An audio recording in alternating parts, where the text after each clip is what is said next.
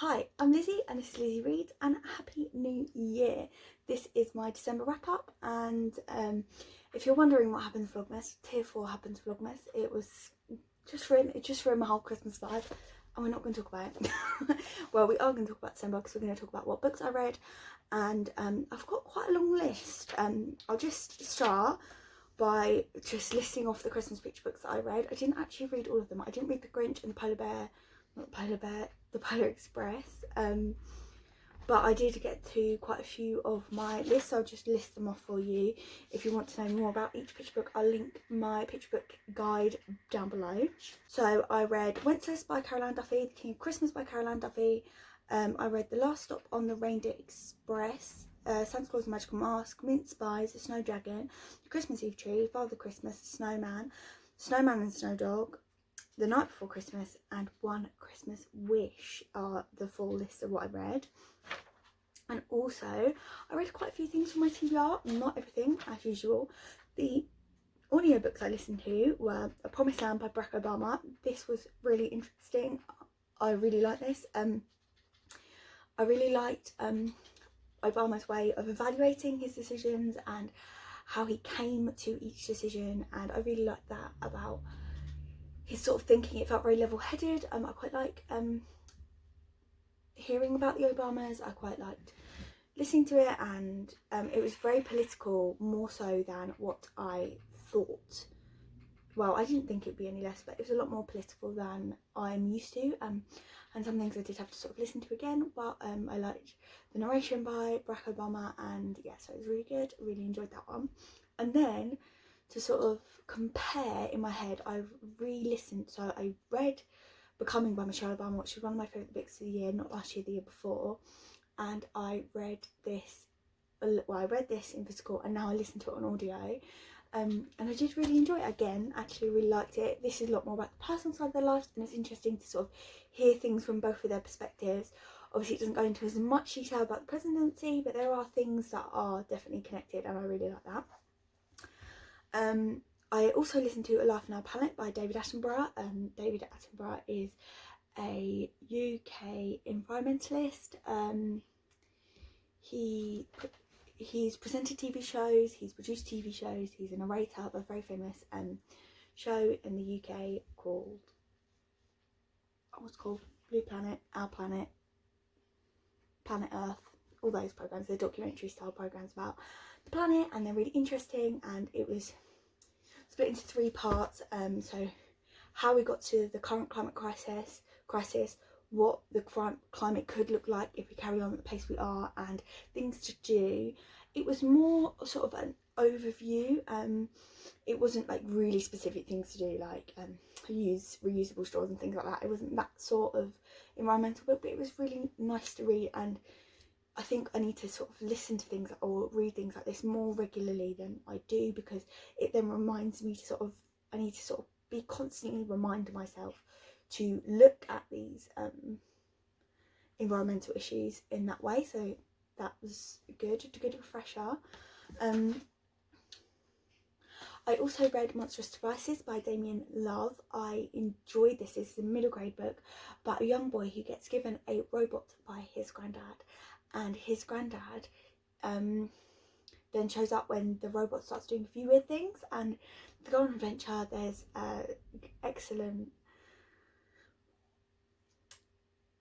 robot magic. It's a bit weird. It's not fully explained. It's the first in a series. There is a lot of lingering questions. I didn't quite give it 5 stars because there is a lot of action, and not the kind of action that I personally like, but I did still really enjoy it.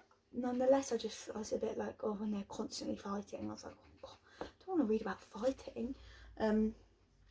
I also read Nevermore and Wondersmith by, I want to always say Morgan Crow, which is in the Morgan Crow Nevermore series, and this is by Jessica Townsend. These are some of my favourite middle grade books of all time.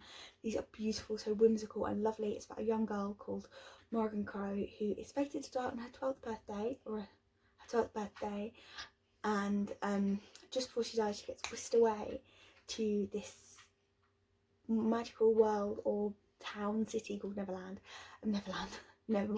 and it is the most magical and whimsical story I've ever read. the most, 100% the most. And I really like it. I am currently in the middle of Hollowpot, because that was on my TBR. It has been on my TBR for a few months, but I was really enjoying it, and I didn't want to rush through it these last couple of days, so I have taken it into the new year, because I know it will be the first book I finish in 2021, and I know I'm gonna love it. So I just thought it's a really good way to start the year on a reading high, and then I get to savour it. Read Paying Guests again by Sarah Waters, so that's a little spoiler for you for what's coming next month. I finally read Skinful Shadows by Frances Hardinge, and this is a YA book about a young girl called Maupetit, and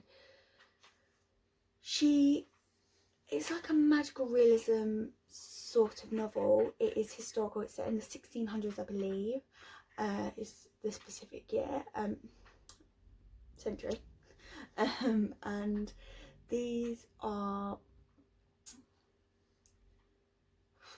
how to describe this book without telling you exactly what happens. Maupetit, his mother, her mother has taken her to a very Puritan area, and they are very much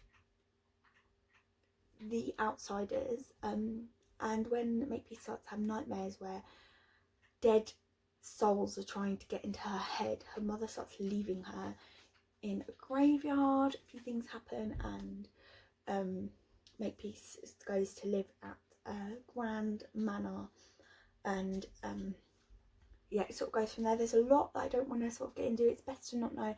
The writing in this was absolutely beautiful. Some of the best writing I've read all year. The most amazing description.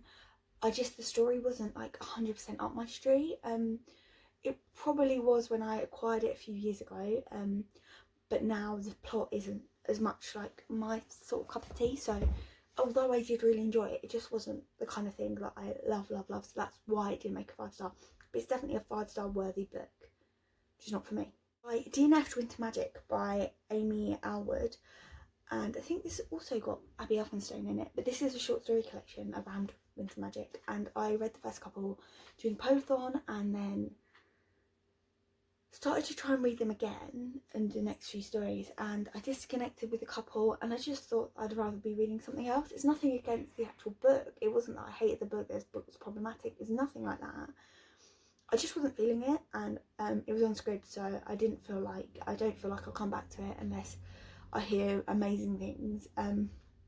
So yeah, it was just one that I sort of put down and won't be picking back up again, but through no fault. That's nothing to do with the book, nothing, not to dissuade you from reading it, and I'll try something. Oh, that's a bit better. The next book I read, well, I don't know where I read this in the, but I read Tilly and the Book Wanderers, the first book in Pages & Co series by Anna James. This is about a young girl called Tilly who lives in her grandparents' bookshop in London, and she discovers that she has the ability, and there is an ability called book wandering, and book wanderers can, how to put it, book wanderers can go into books, and it is a middle grade again. As you can tell, this year I've really loved middle grade. I've really loved getting more out of the middle grade genre. It's just been so cozy to me in this shit year, and I really enjoyed this. I would 100% recommend this to adults who love to read, children who love to read, children who are getting into reading. It has the cutest narrative. There are real life characters in there, so it's got Alice, Anne of Green Gables, Lizzie Bennet, Sherlock Holmes. That, like, they go into so many stories, they talk about different stories, and it is just so whimsical and magical, and I can't wait to pick up the next in the series next year, tomorrow, whenever. I might put it on my January TBR just for a bit of fun. Yes, I'm really looking forward to reading that. I also listened to Once Upon a Eid, and this is curated by SK Ali, I think.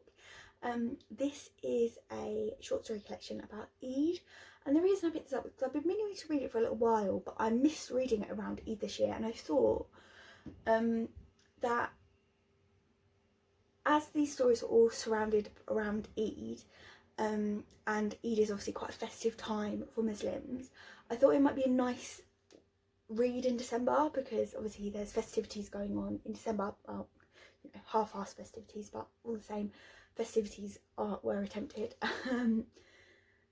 I thought it might be nice to read about other people's festivities and different types of festivities, and it did have that cosy feel. Lots of different stories about traditions and trying to make the festivities work amongst different families, and it was a really, really nice read, and I really enjoyed it, so that was a really good one.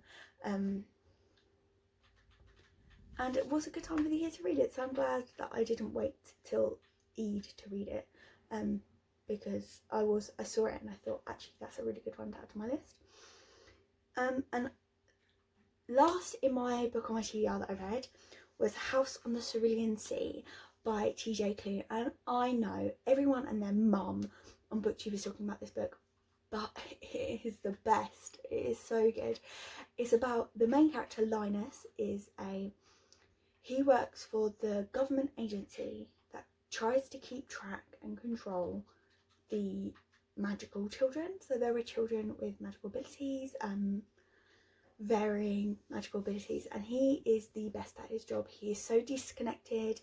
He has lived the same life, like the same day in, day out, for years and years, and he goes to this care home on orphanage or adoption, foster care, that sort of thing, in a town on the Cerulean Sea, and it's on a little island, and oh my god, and he has to basically investigate to see if the orphanage is doing their job properly, and he is a very disconnected man from his work, and he is very stiff in his personality, and it is beautiful. It's a beautiful book. I stayed up really late reading it. I stayed up till about half past midnight, I think, maybe 1 o'clock, finishing this, because I just didn't want to stop reading, and I really enjoyed it. And that's just a test. I don't think I've done that all year.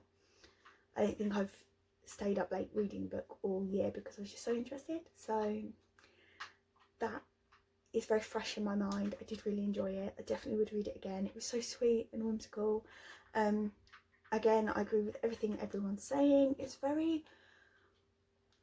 very much a adult book with middle grade whimsy, and I like that because that is what I've been enjoying this year. And also I do feel that what a lot of people have said that it's character driven and there's basically no plot. There is plot, it's just about the characters, and it's centered around, it's like character plot. So I would say that there is plot points, and there's like the expectation, the building to a point that you know is coming, because it's like cleared, it's laid out very clearly. But yeah, I really liked it, I enjoyed it, had a good time. I read 2 more audiobooks that I hadn't planned on reading, and that is The Body Is Not an Apology by Sonia Renee Taylor, and this is a non-fiction book about a woman who coined the term The Body Is Not an Apology, and it's about body positivity. And I basically listened to this across 2 days while getting some things done, and I thoroughly enjoyed it. I think I'd like to read it again in physical format because there's some questions that she asks you to sort of ponder over, and that I found that really interesting. But it was a nice sort of refreshed my mind about body positivity, which I definitely needed over Christmas. And also I re-listened to the Polar Bear Explorers Club by Alex Bell. This and Nevermore, 2 favourite middle grades of all time. This is a polar middle grade fantasy about a young girl called Stella Starfleet Pearl, who is a foundling who was found in the Iceland by her father Felix, her found father Felix, and he's an explorer, and all Stella wants is to be an explorer. But girls aren't allowed to be explorers. I've explained it so many times. I reviewed it on my channel, and it's like one of my most popular videos I've ever made, and that makes me really happy. So I will link that down below if you want me to hear me gush about it over and over again. Probably mentioned it in like half of my videos. But yeah, that is all I read in December. I actually read quite a lot. I finished the year very strong.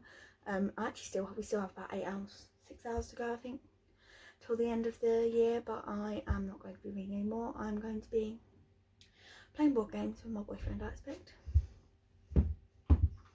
we'll see. Thank you so much for watching. I'll speak to you soon. Goodbye.